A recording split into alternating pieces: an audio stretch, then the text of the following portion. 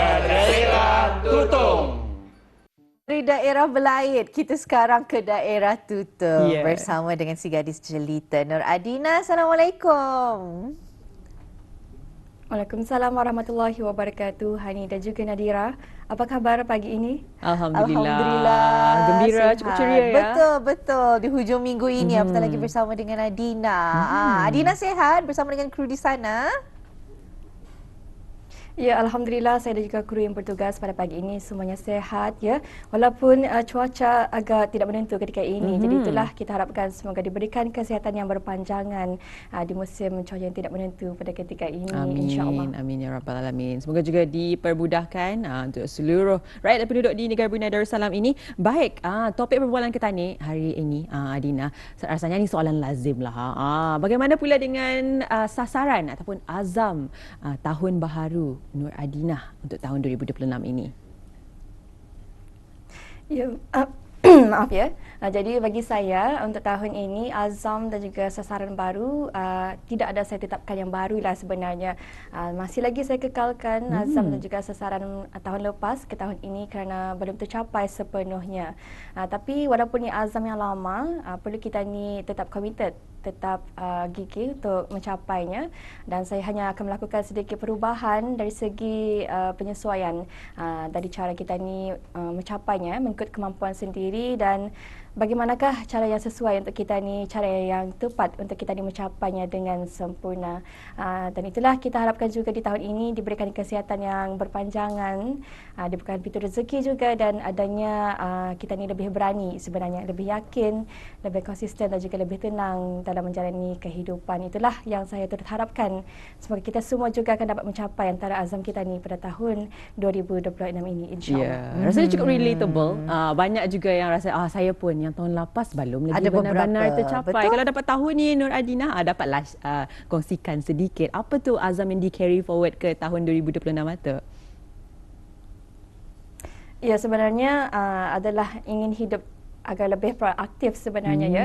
Seperti Nat di sana yang memang kalau kita lihat satu inspirasi sebenarnya dan ingin saya ikuti dan menjadi antara salah satu lifestyle saya pada tahun nanti kita bawa Adina pergi hiking je mungkin mesti dihadiahkan kasut baru ni. Mesti kita ada untuk motivasi ekstrim. Mesti kita hadiahkan kasut baru ni, sama-sama jadi motivasi ni Adina. Kita dapat hidup lebih aktif ya tahun ini. Apapun, terima kasih Adina. Itu nanti kita bincang bila kita boleh bawa ramai-ramai bersukan. Tapi kita akan serahkan pada Adina untuk bahan dan perkongsian dari daerah Tutong. Silakan.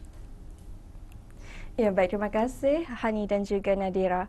Bismillahirrahmanirrahim. Assalamualaikum warahmatullahi wabarakatuh. Selamat pagi dan salam sejahtera. Salam hujung minggu Auda. Kita kembali lagi dalam rancangan Rampai Pagi, lintas langsung dari daerah Tutong untuk edisinya pada hari Ahad 4 Januari 2026 Masihi, dan dikongsikan juga untuk pagi ini di mana cuaca di daerah Tutong mendung pada pagi ini. Namun itulah kita harapkan agar cuaca kebasuh cerah dari masa ke semasa, dan apapun perancangan Auda hari ini didoakan semoga semuanya akan diberikan kelancaran dan juga dipermudahkan untuk Auda pada pagi ini ya. Dan untuk itu Auda seterusnya kita akan mengikuti terlebih dahulu Auda satu bal visual yang telah pun disediakan oleh rakan setugas kita untuk pagi ini. Untuk itu mari kita terus saksikan bersama.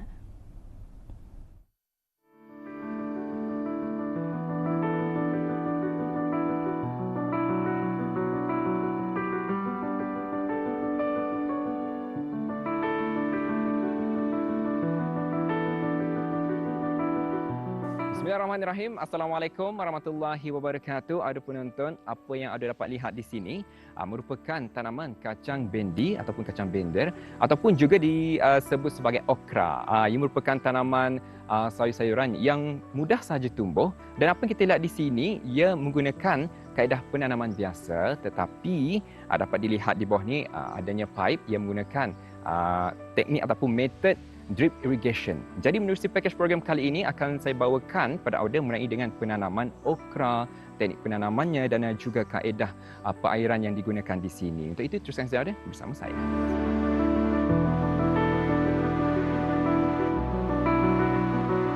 Tinjauan saya di Universiti Islam Sultan Syarif Ali Yunisa, Kampus Sinaut melihat secara lebih dekat tumbuhan tanaman okra yang dibudidayakan dengan menggunakan kaedah drip irrigation system atau sistem pengairan titisan yang dikendalikan oleh Fakulti Pertanian. Ia mencerminkan komitmen fakulti berkenaan terhadap pembangunan ilmu, penyelidikan gunaan dan inovasi dalam bidang pertanian berasaskan kelestarian. Penanaman okra memang diketahui sebagai salah satu tanaman sayuran berbuah yang mempunyai nilai yang mana ia kaya dengan serat makanan, vitamin dan mineral. Selain mudah untuk ditanam kerana ia tumbuhan yang sesuai pada iklim panas. Tambahan pula, dengan menggunakan kaedah sistem pengairan titisan, membuatkan tanaman okra yang ditanam lebih sihat dan sebagainya. Tanaman okra memerlukan 40 hingga 45 hari dari masa ia mula ditanam hingga sedia untuk dipetik. Buah yang sudah matang dapat dikenal pasti melalui saiznya, iaitu 4 hingga 6 inci dan sebaiknya 5 hingga 6 hari selepas tumbuhan mula berbunga. Buahnya dapat dituai selama 10 hingga 12 minggu sebelum tanamannya mati ataupun diganti dengan tanaman lain. Tanaman okra adalah salah satu tanaman yang memerlukan penyelenggaraan yang minimal. Ia tidak memerlukan racun tanaman. It uses very minimal amount of water, also very easy irrigation method and small amount of fertilizer that can be made at home.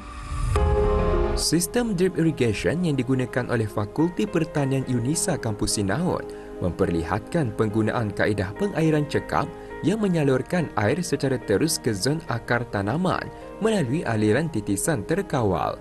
Sistem ini menggunakan tangki simpanan untuk mengumpul air hujan daripada turunan bumbung yang sekaligus mengurangkan kebergantungan kepada sumber air konvensional. Tekanan air dalam sistem ini dijana melalui kaedah graviti dengan meletakkan tangki pada ketinggian tertentu, membolehkan air mengalir ke kawasan tanaman tanpa penggunaan pam mekanikal. Pendekatan ini bukan sahaja menjimatkan tenaga dan kos operasi, malahan juga menyokong amalan pertanian lestari melalui pengurusan sumber air yang lebih efisien dan mesra alam. Yeah, drip irrigation system has so many benefits. As I earlier told, the first benefit we can say is that is very efficient. Efficiency is more than 90%.